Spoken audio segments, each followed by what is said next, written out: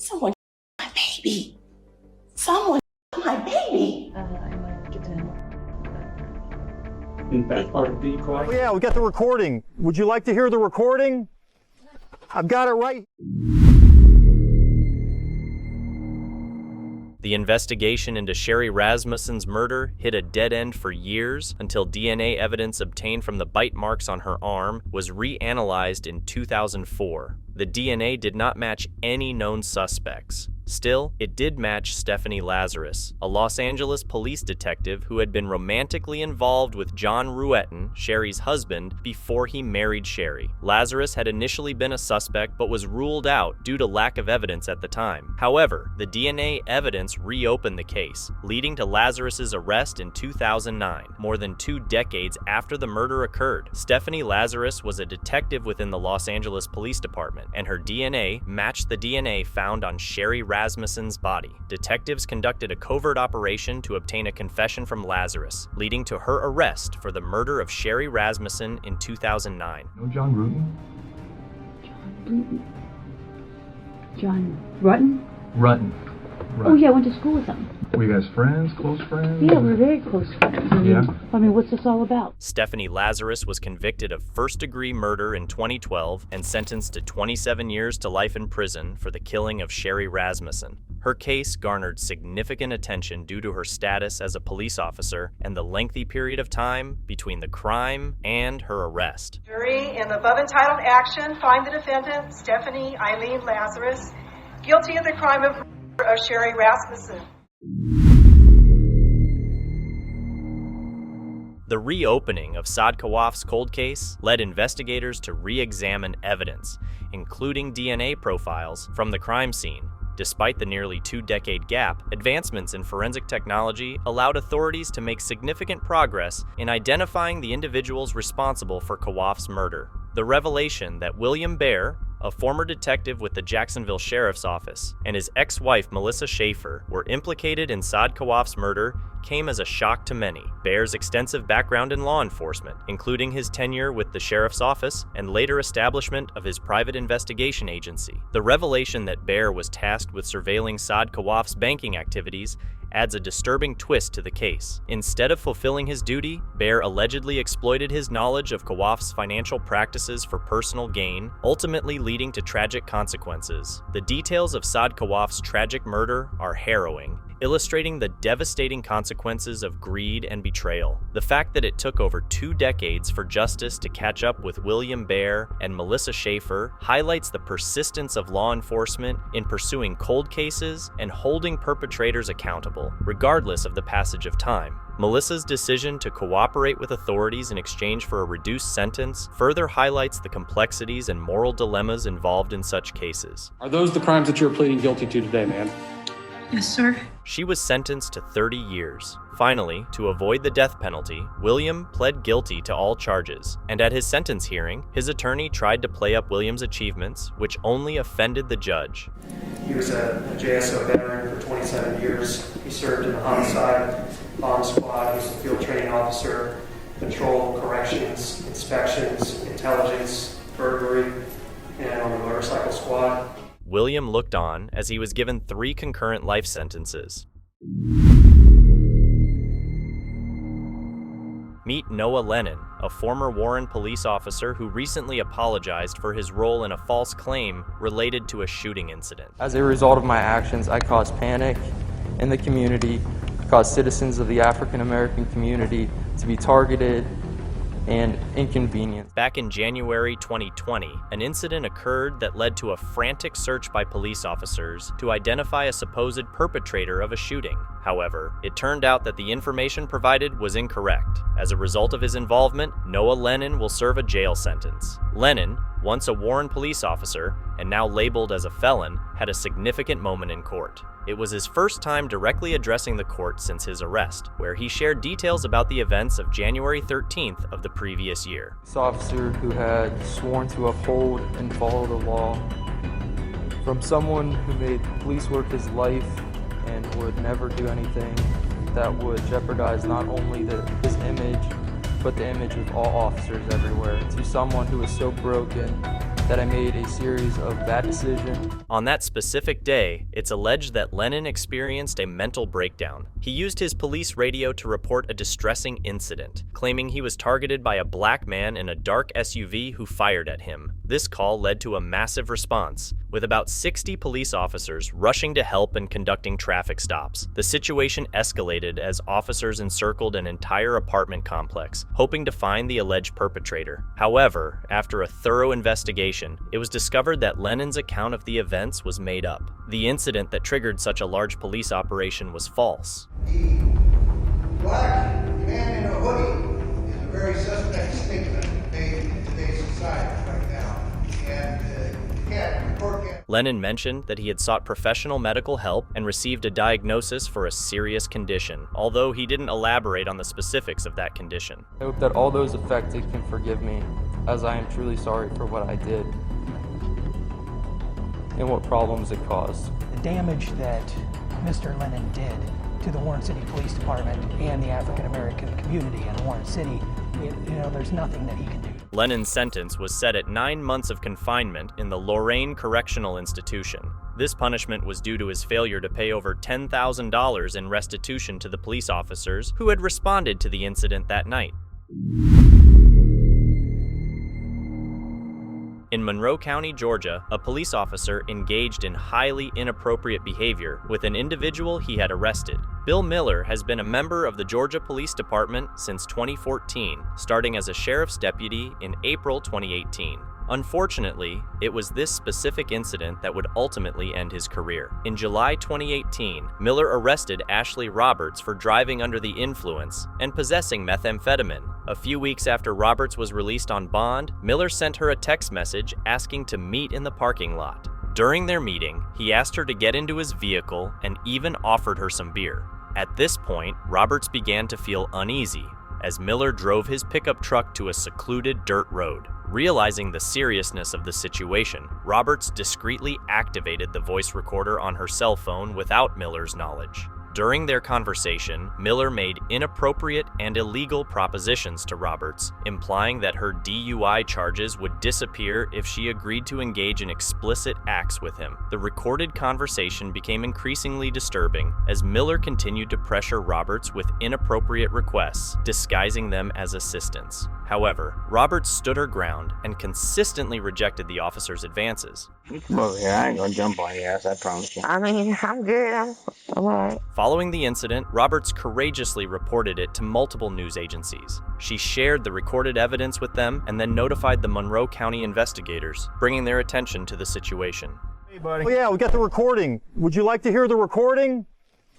I've got it right here. You can listen. According to a report, Roberts courageously stated, "I told him I would go to prison if it meant engaging in sexual acts with him, sir." As a result, Miller was arrested in August 2018. After the investigation concluded, he was fired from his position within the Monroe County Sheriff's Department. The county's interim sheriff at the time, Al Shackelford, expressed shock and disappointment on behalf of the agency. He stressed the importance of holding law enforcement to a higher standard, calling the situation a disgrace to the entire law enforcement community. Slap to all law enforcement people, the men and women of this office and the men and women that The district attorney of Monroe County, Jonathan Adams, disclosed that Miller entered into an agreement not to pursue first offender status. By opting out of this option, Miller gave up the chance to receive probation or potentially face jail time under the condition of later being discharged. If he had accepted first offender status, Miller's case would have been dismissed without a conviction. Yeah? No. I'm just messing with you. I think you like it, but no, I'm kidding. You probably would like it. However, according to the district attorney, this decision ensures that Miller's conviction will have lifelong consequences. He will be permanently barred from working as a law enforcement officer again. Following the trial, Miller was found guilty and convicted of felony bribery and violating his oath of office. Despite these serious charges, he will not serve any time in prison. Instead, he will be placed on probation for 8 years and face a fine of $2,000. Additionally, he will be prohibited from entering, traveling through, or visiting Monroe, Lamar, and Butts counties. This ban will remain in effect until Miller completes his Sheriff Legion probation. This is Charlene O'Banion, When she arrived at work that morning, she had no clue that the whole prison knew about her inappropriate actions. Charlene was charged with improper activity with a person in custody. Correction officers at the Conroe Montgomery County Jail facility in Texas received a tip that a female correction officer, 33-year-old Charlene O'Banion, had been involved with an inmate in custody. After secretly recording her phone calls, detectives discovered that the person she was involved with was 28-year-old Jacob Parker. Jacob was in jail for possession of a firearm and resisting arrest. He also had an open warrant for theft on December 17, 2021. The detectives then confronted Charlene about her relationship with Jacob. We were notified of a possible improper relationship between you and Jacob Parker. So we're here for that, and I just kind of wanted to talk to you about it and get your side of that story. Don't know anything about it. I mean, Do you know who I'm talking about? he's in Pod 6.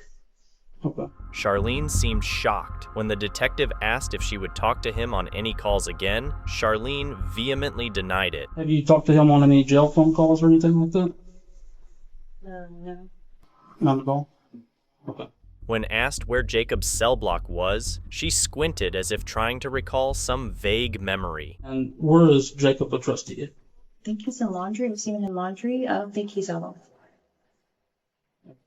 She quickly concocted a rambling story that involved another prisoner. And where would you think that, like, this allegation would come from if there's nothing to it?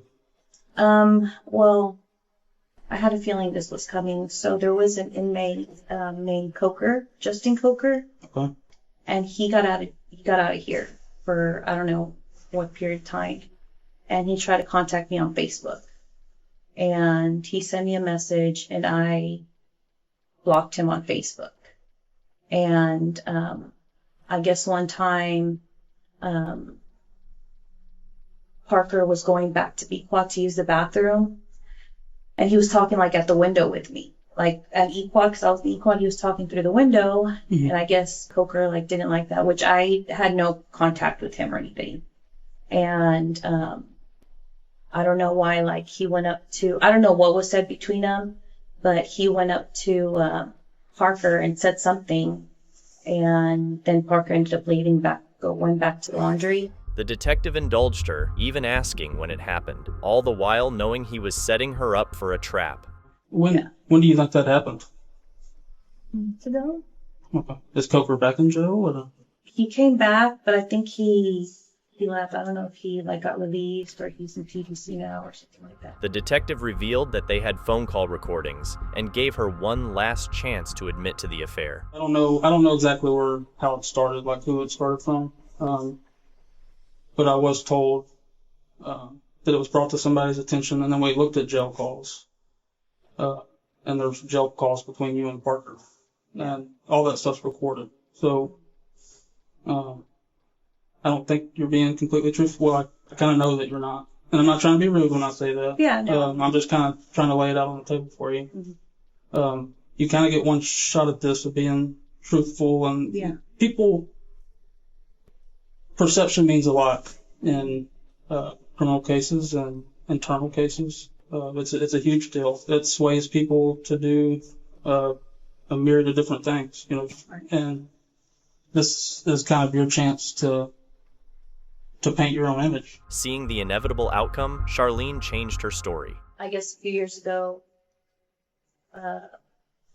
we talked, and then I ended up here, and then he ended up here. I didn't know he was here. It wasn't anything like that. This time, she admitted that they had known each other before she started working at the prison, but she continued to deny being intimate with him. So y'all kind of talking nature no. Now that he's here? Oh, no. Now that he's here, no. Okay. I mean, it's never been like phone sex or anything like that. Like, that's not. But, like, we all joke around. Like, we all make, like, that's what she said type things. But it's never like. She quickly altered her story when the detective revealed they had heard them together. What I'm listening to on the calls, I take it as that you've given him oral sex at some point. Is what I gathered from these calls. No, that was like in the world. But we never dated. We just. Okay.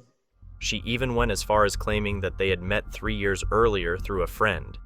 Can you kind of give me like more detail on like where y'all met and things like that? Like how did you come to know him and where this all happened at? We just met through friends. I don't remember where we went. Then we went to go eat somewhere. I don't know, he was with his friend. After giving them the runaround, Charlene grudgingly admitted that they talked to each other much more than she had let on. Okay, so y'all talk pretty regularly? I haven't listened to this, but apparently there may be some talk in the calls about, what, photographs? Have you given him any photographs? I gave him a photograph of his mom, which she had asked for, and of his dog, Jax. But she slipped up when he asked her about Jacob's side of the story. So what do you think that he's going to say about this? What do you mean the same thing? Like when I told you that we had something going on, a few years back, and he ended up here, and I saw him, and then, obviously, like, he already had my numbers. So. With Charlene's story lined up, the detective was ready to confront her with her lies. So initially you said you kind of like played it off like you hardly knew him. I knew him. I just... You kind of like stood there and thought... Oh, right now. Parker, yeah. I think he's in pot six. But I just looked in the system, there was like almost 400 calls.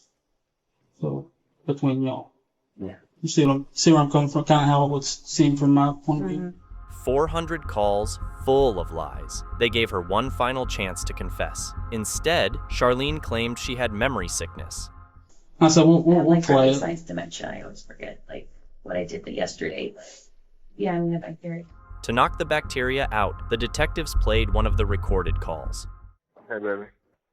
Got that. Baby, guess what? What, babe? I just won the blackjack game. Oh, I'm on your...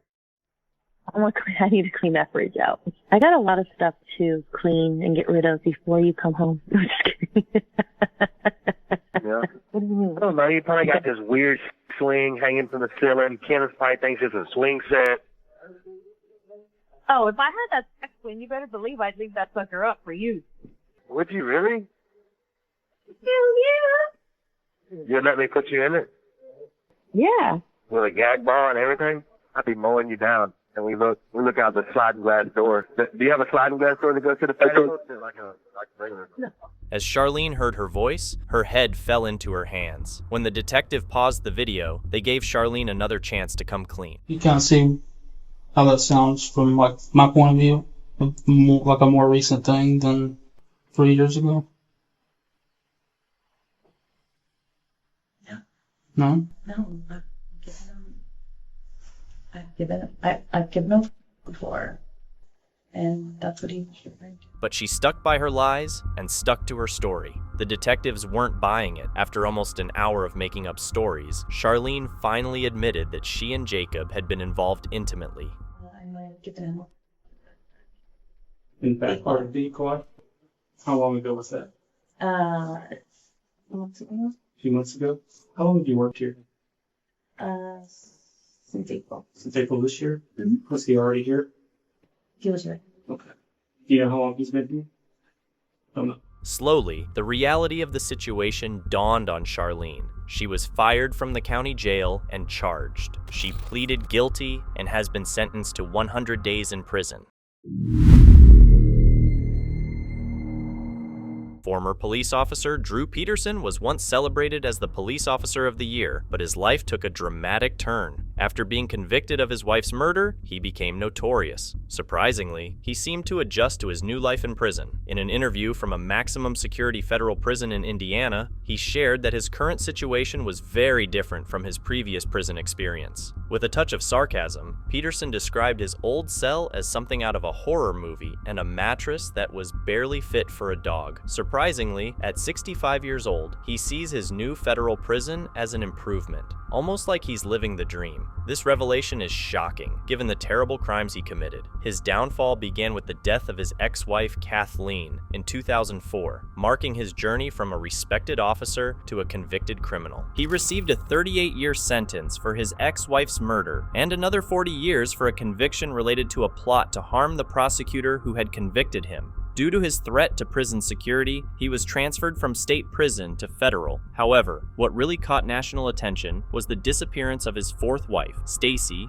in 2007. Even though Stacy disappeared without a trace, no charges were brought against him regarding her case. Peterson did express worries about the prosecutor potentially accusing him. In 2 separate 15-minute interviews, his firm insistence on his innocence was noteworthy. He consistently claimed he hadn't harmed either of his wives, holding on to hope for Stacy's return. He cited cases of women reappearing years later as evidence. Contrary to expectations, he stated he had no romantic involvements in prison and expressed remorse over his failed relationships outside. He reflected on how he should have stayed single, considering the poor outcomes of his love endeavors. Locked up until at least 2081 and still appealing his murder conviction, Peterson blames his defense attorneys for mishandling his case. He plans to contest the Illinois Supreme Court's decision to uphold his murder conviction in federal court. Meet Roger Rogerson and Glenn McNamara. They were charged with first-degree murder and possession of drugs. In May 2014, 20-year-old Jamie Gow walked into Unit 803 of the Rent-to-Space storage facility in Padstow, Sydney, Australia. Along with 2 other men, he had 3 kilograms of an illicit drug worth $19 million.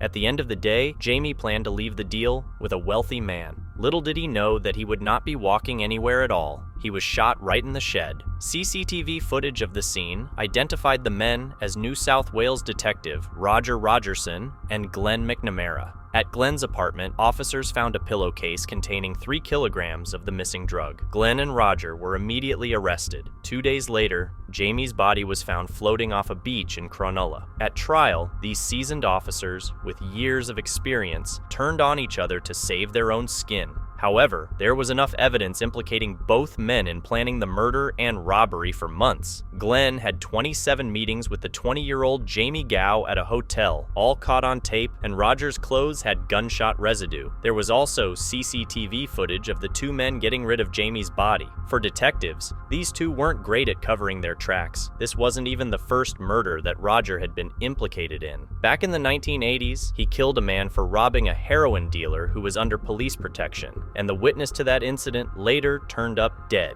Another time, Roger tried to kill another officer to protect a drug dealer. Roger is easily Australia's dirtiest cop. He would often tell anyone who would listen to his favorite line, "The people I shot don't go to the hospital. They go straight to the morgue," which is the only way these 2 will ever get out of prison. 75-year-old Roger and 57-year-old Glenn were found guilty and sentenced to life in prison. Roger and Glenn were as dirty as they come, but they're nowhere near as stupid as Jeffrey Morland, who targeted the one person who would recognize him. Once a martial arts sensation, Hollywood actor, and respected DEA agent, Darnell Garcia's life took a wild and unexpected turn that would rival any Hollywood blockbuster. This incredible story begins in the streets of New York, where Garcia was born, and unfolds in the sunny landscapes of California, where he grew up with dreams as big as the Hollywood sign. Garcia's early years were far from smooth. He was known in his neighborhood for his car racing antics, which even got him expelled from Manuel Arts High School. However, fate had a twist in store for him. His gymnastic skills caught the eye of the Washington High coach, who offered him a spot on the team, allowing him to graduate and earn his high school diploma. After working in a steel plant and an aircraft company, his life took another turn when he was drafted into the Army in 1966. He served as a military policeman, earning 7 letters of commendation during his service. The real twist in his tale came when he joined the DEA after a stint in the Los Angeles Police Department. In 1985, he made headlines by standing up against a transfer to Detroit, claiming national origin discrimination. A legal battle followed, leading to his triumphant reinstatement in 1986 by the U.S. Ninth Circuit Court of Appeals. The real shocker, however, was yet to come. In the early 1990s, Garcia, along with fellow agents John Jackson and Wayne Countryman, faced court proceedings for drug theft and money laundering. In a dramatic turn of events, Garcia was sentenced to 80 years in prison for his involvement in narcotics trafficking and money laundering, while Countryman received 5 years. Locked away for 2 decades, his life could have been a tragic story of a promising career gone astray. After serving 21 years behind bars, he was finally released, ready to take on a new chapter of his life. From martial arts championships to the silver screen, from military service to battling with the DEA, his life story was nothing short of a roller coaster ride. The investigation into the murder of Kara Jo Roberts in Harrisonville, Missouri, had stalled for 2 years. The 30-year-old mother of 2 was found dead by a gunshot wound. Investigators had little to go on beyond DNA evidence, and a fingerprint was found on a roll of duct tape, which didn't match anyone in the system. 2 years later, the DNA evidence was linked to another murder, that of 75-year-old Nina Whitney, who resided in Kansas City. She was discovered stabbed to death, similar to Kara. This raised the chilling possibility of a serial killer on the loose. Unlike in Kara's case, neighbors reported seeing a suspicious man in his 50s with a limp and a black Jeep parked near Nina's house. Investigators obtained a sketch of the suspect. Nina's daughter recognized the sketch immediately, identifying the suspect as an ex-boyfriend she had last seen in 1984, Jeff Morland, who was also an officer with the Harrisonville Police Department. Despite weeks of evading officers who attempted to obtain his DNA, Morland was eventually arrested for another crime in a different county after a woman reported that he had assaulted her. Seizing the opportunity, Harrisonville officers obtained his DNA, which came back as a match to both the assault victim and the DNA found on Kara and Nina. Justice certainly prevailed in Jeffrey Morland's case, with his conviction bringing closure to the families of his victims and ensuring that he faced consequences for his heinous actions. His swift arrest and sentencing demonstrate the effectiveness of law enforcement efforts in bringing dangerous criminals to justice. Kwame Richardson and Henry Hayes orchestrated a brutal incident on January 29, 2016 in Jacksonville. Tragically, Aiden McClendon was fatally shot. After an investigation, the police arrested Richardson and Hayes for this horrific crime. The brutality of humans sometimes reaches such extremes that merely describing it makes one shudder. Henry Hayes back then was known as Crackerjack, a member of Problem Child Entertainment. And Kwame Richardson was known as JB, obviously not his initials, but it stands for Just Blow. Those 2 defendants were inside of a small white Corolla hunting for a rival gang member. That rival gang member went by the name of Reginald Ducey Williams. He was a member of the group 187, which you're gonna learn is the murder code in California. Reginald Ducey Williams was hanging out with his friend on the side yard when Tamisha Brown innocently pulled up to drop her grandmother off. When Tamisha Brown put her car in park and the grandmother was gathering up her things, that's when Reginald Williams decided that he was going to come from the side yard and then come over and greet his cousin, Tamisha Brown. It was a brief discussion because these 2 defendants were rolling up almost simultaneously.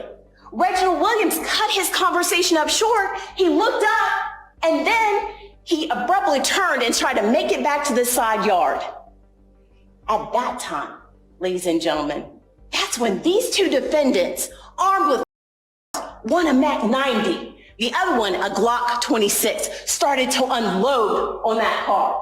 Tamisha Brown was caught in the middle of Reginald Williams trying to make it back to that side yard and these defendants' intent to kill him. Her car was struck over and over and over and over again. When she realized that her car was taking on fire, all she could think about to do was drive. Just drive, just drive. She honestly made it through a very small location on the side yard. Her back rear tire striking a step, shredding it. She didn't care because she knew that her grandmother, who was sitting in the backseat, Mary Thomas, saw that Aiden was hit. All she could see at that point in time was this graze wound on the top left part of his head, and that he had slumped over. Mary Thomas was calling desperately over and over to 911, trying to give him as much information as she could. As Tamisha Brown was calling her mother, Rhonda McDowell, screaming, "Someone my baby, someone my baby." And all she could do was drive, drive, drive. In Shands, they were waiting for him because Mary Thomas alerted them. Tamisha Brown threw open the doors of her car. She went and she grabbed her baby out of that car seat and she gave that baby over to medical personnel. What you're gonna find is what they could do was nothing at that point. It was too late. You see, because all the hopes that Mary Thomas saw that it was just a graze wound to the head were dashed. Because that baby was hit in the left arm, that baby was fatally wounded through his left back, and there was nothing they could do to save him. You see, Tamisha Brown couldn't protect her baby. Mary Thomas definitely couldn't. Medical personnel could do nothing at that point to protect him from the gang violence that happened on January 29, 2016. In this trial, ladies and gentlemen, we are going to transport you from a location very different than where we sit here today. In a courtroom of law, it's quiet, it's nice, but instead, we are going to introduce you to a place where things happen in the broad daylight. It is a place where young men associate with gangs. It is a place where being at people gives you status within that gang. That is a place that we are going. I promise you, ladies and gentlemen, it is not going to be pretty. But what I can promise you is that it is the reality of the streets involved in this case. The defense lawyer must defend even in heinous crimes, but sometimes the case's severity can affect the defense lawyer's conscience. That's going to be important because you're going to see the driveway in the evidence technician's photos. You're going to see the location of the shell castings. You're going to be able to judge the distance. You're going to hear the answers from the evidence technicians on whether they measured the area of where the car was to where the shell casings were. You're going to be able to know the time of the day that it was in January 29th, 2016. You're going to be able to know the direction that her car was facing and the rear of her car from the aerial photographs. You're going to be able to use common sense when it comes to the setting of the sun due to the light conditions. You're going to be able to judge Tamisha Brown's attention and what it was focused on.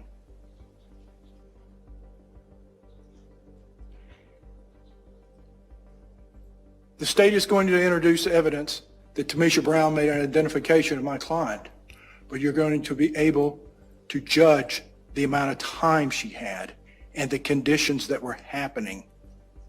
Tamisha Brown was in the driver's seat of that, also a white Toyota Corolla, her car. Her attention was first gained when she heard the pops or the She'll state to you that she looked in her rearview mirror for about 2 to 3 seconds. And then she turned to the child to retrieve her cell phone. And then she drove forward. In the 2 to 3 seconds, her rearview window was blown out. The car was receiving approximately 10 rounds of impact. All these things were happening, and they were happening quickly.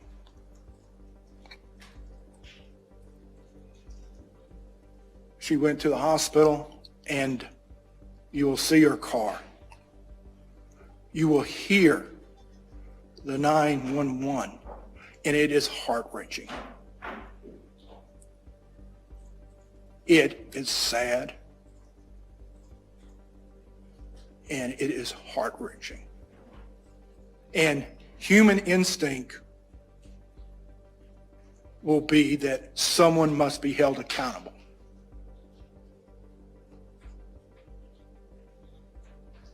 And you have these two young men before you at trial. But I'm sure that you will fight that and analytically do an analysis of the evidence. That's your duty. That's your duty to hold the state to its burden of whether they can prove this case beyond a reasonable doubt.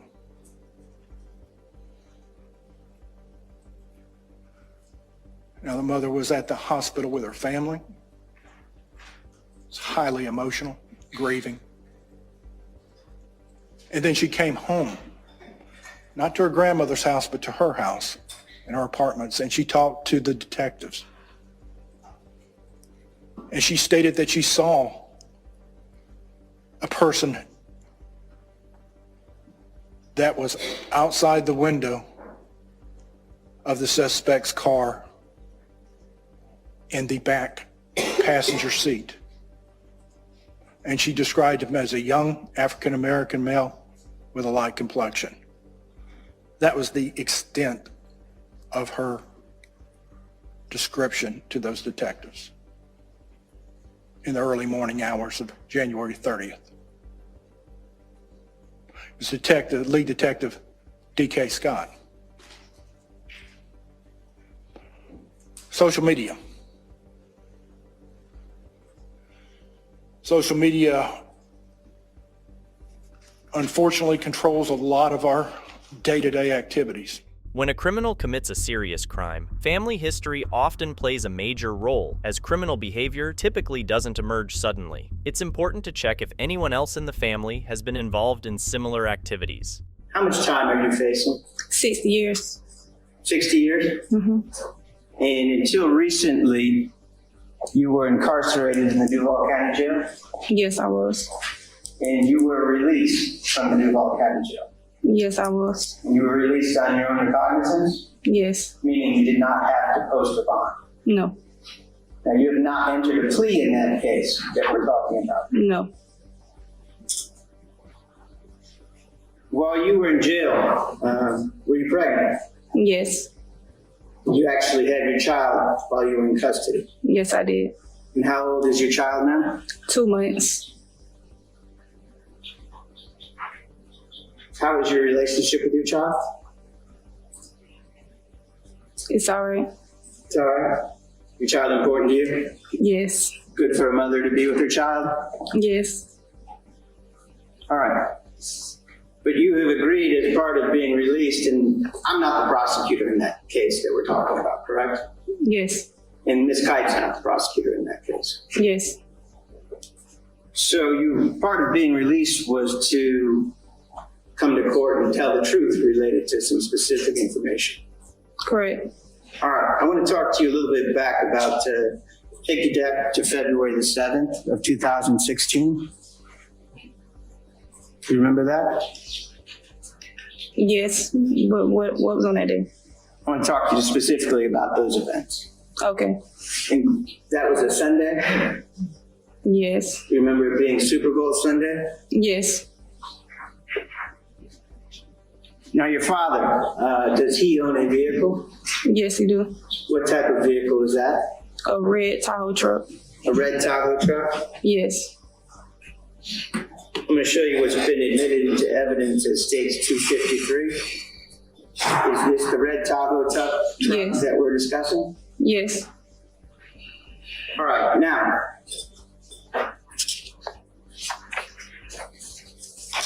this was Super Bowl Sunday. And on that day, did you ask your father if you could use his red Tahoe truck? Yes, I did. And were you allowed to use the vehicle? Yes. And what was the purpose, and why did you want to use the vehicle? To go to Buffalo Wild Wings to watch the game. Was there anyone else who was going to be going to Buffalo Wild Wings with you? Yes. And who was that? Henry Hayes, Rashawn Jackson, Paris Jackson, and Kwame Richardson. And Perry Jackson is who? Paris Jackson is my daughter. And Rashawn is who? My child's father. Approximately what time did you take your father's vehicle on February 7th, 2016? I don't remember. Was it sometime late afternoon? Does that sound general? It was a little bit before nighttime. And so, tell me again, who was with you? Rashawn Jackson, Kwame Richardson, Henry Hayes, and Paris Jackson. Who all was, did a group leave initially from your father's home? Meaning, were you all together that day and left together, or did you pick anyone up? I can't remember. You can't remember? So you don't remember if you had to pick up Kwame Richardson from some other location, or if he was with you when you all left? I don't remember. Fair enough. So, you took the Tahoe, and where did you go? We went to Buffalo Wild Wings. Do you remember approximately what time you got there? No, I don't. Probably 7, 8. When you got there, had the Super Bowl already started? Yes. All right. And when you got there, did you immediately get a table, or did you have to wait for a while? We had to wait. All right. You remember what time you left? No. Was it dark when you left? Yes. And when you left, who all left with you from Buffalo Wild Wings? Henry Hayes, Kwame Richardson, Rashawn Jackson, and Paris Jackson. Where was the red Tahoe parked? In front on the right. So it was in the parking lot outside of Buffalo Wild Wings? Yes. And when you left, where did everyone sit within the vehicle? Henry Hayes was driving. I was in the passenger seat. Rashawn Jackson was behind me, and Kwame Richardson was on the left. And Paris was between Kwame and Rashawn. When it comes to saving oneself, do you blame your own people, or do you put yourself in danger to save them? But you had your brother, is that correct? Correct. You would agree your brother's closer to you than Kwame Richardson? Yes. And the other person was your boyfriend, is that correct? Yes. Father of your 3 kids, is that also true? Yes. And you would agree you're closer to him than Kwame Richardson? Yes. And then there was your baby, who obviously you're closer than Kwame Richardson. Correct. Correct? Yes. So Mr. Richardson was the person who was least close to you as far as relationships. Is that also true? Not really. Okay. And you would agree that you love yourself more than you love Kwame Richardson. Is that also true? Yes. Now, you indicated that while you guys were in the vehicle, Mr. Richardson indicated that he did not have. Yes. Correct? Okay. Now, you guys are stopped by the police, is that correct? Yes. And the police officer makes each of you get out one by one, is that correct? Correct. You were the last person out of the vehicle? No, I believe I was the first or the second.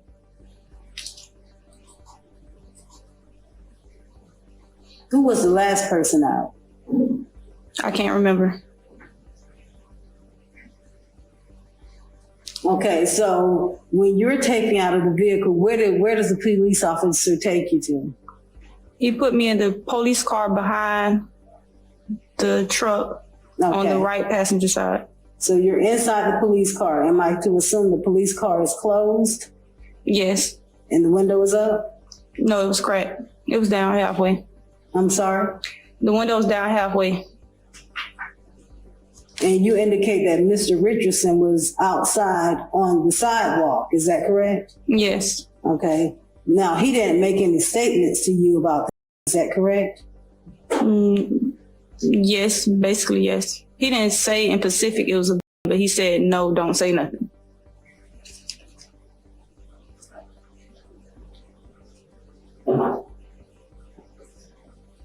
And that was a statement he made to you, is that correct? Yes. But when they questioned you in that sworn statement, you never mentioned that statement. Would that be true? Yes. The first time? Yes. And then you indicated that you spoke to him at some point later, is that correct? Correct. And you said that your brother was accused of, is that correct? Yes. Okay. Would it be fair to say that Mr. Richardson already knew that? No. Okay, so he didn't know that your brother was accused of? No.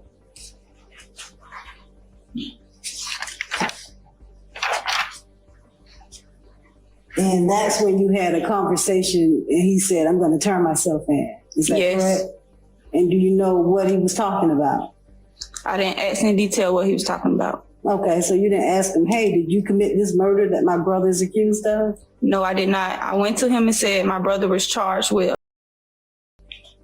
a tip and all the charges that he was charged with. And he threw his phone down. He said, I'm going to turn myself in.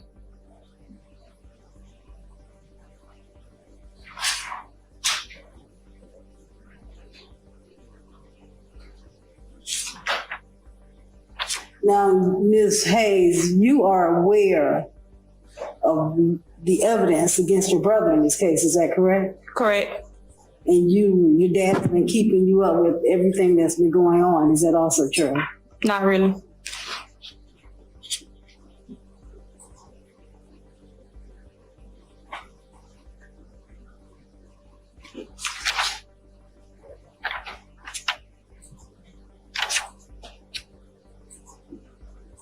Ms. Hayes, have you ever been convicted of a crime of dishonesty?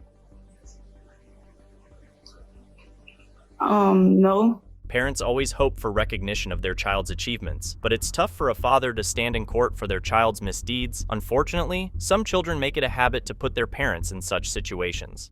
The 1995 red Tahoe? Yes.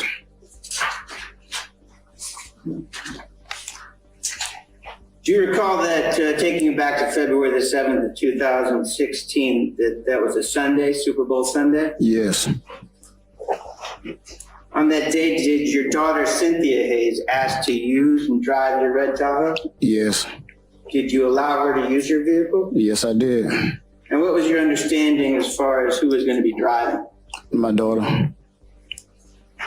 Did you know where your daughter was going to be going that evening? Buffalo Wild Wings for a Super Bowl party. Was there anyone else who was going with your daughter to Buffalo Wild Wings? My son and my granddaughter and Rayshawn Jackson. And when we say your son, of course. Henry Hayes. Yes, sir. And Rayshawn is the father of Cynthia Hayes' child? Yes. Do you also know a person by the name of Kwame Richardson, or JB? I didn't know him at the time, no. You didn't know him at the time? Was he with them when he left? I didn't see him when my daughter dropped me off home and she went to her house and got ready and then she left. But I didn't see him when I didn't see him when they left. All right. Did you know that Kwame Richardson was a close friend of your son's? Yes, after that night I know. So you knew they hung out together? Somewhat. I mean, they said they was friends, so. So once they left in the red Tahoe, kind of earlier in that day, I want to talk about who was in possession of that vehicle. Was it you? Yes. Anybody else besides you? No one, me, just me. Then allowed any other person to drive your red Tahoe earlier that day? No. So you had possession of it right up until your daughter and your son and Rayshawn Jackson and your granddaughter left? Yes. But you allowed them to use the vehicle? Yes. When they left, who was driving? When my daughter dropped me off home and she left driving. So you drove over to, they left from her house and she dropped you off at home? No, she dropped me off home and left from my house and went to her house. I see. Later that evening, did you receive a call from your sister that the red Tahoe had been stopped by the police? Yes. Did you actually respond out to where the police had stopped the Tahoe? Yes. Do you know who was driving the vehicle when it was stopped? My son, Henry Hayes. Did you learn that a found inside of your vehicle? That's what the officer said, but he didn't show me. He just said one was in there. Did he tell you that he found it in the bucket in the very back of the Tahoe? No, he just said he found a firearm in the back of my truck. All right. Let me show you 254. This is also your vehicle. Is that correct? Yes. Stage 255, we're seeing the driver's side of the front passenger seat. Is that accurate? Yes. Stage 256, we're seeing the passenger side of the vehicle. Stage 257, the cracked tail light. I want to ask you about the bucket. Did you have a bucket? Yes, I had a black bucket back there. Where did that bucket come from? It came from a little convenience store. I ran out of gas and I was trying to find a bucket. I'm gonna say a regular gas can, but they didn't have one, so I got a black bucket. All right. So you can actually touch this screen and draw on it. Could you show us where the bucket was located? It was located in here. I don't see it. Try it again. Touch the screen. Put a little. That's where you remember the bucket being? Yes. Had you ever had a vehicle before? No. Should there have been a that vehicle? No. Do you have any idea where that came from? No. The jury's decision is crucial because the judge often relies on it. Therefore, the jury must consider all aspects before reaching a verdict. In the Circuit Court of the 4th Judicial Circuit in and for Duval County, Florida, case number 16, 2017 CF 2883 AXXXMA Division CRE, State of Florida versus Kwame Richardson. We, the jury, find the defendant guilty of murder in the first degree as charged in the information. We find the defendant actually possessed and discharged a firearm during the commission of the offense. We further find the defendant was a criminal gang member or associate. We further find the killing was for the purpose of benefiting, promoting, or furthering the interests of a criminal gang.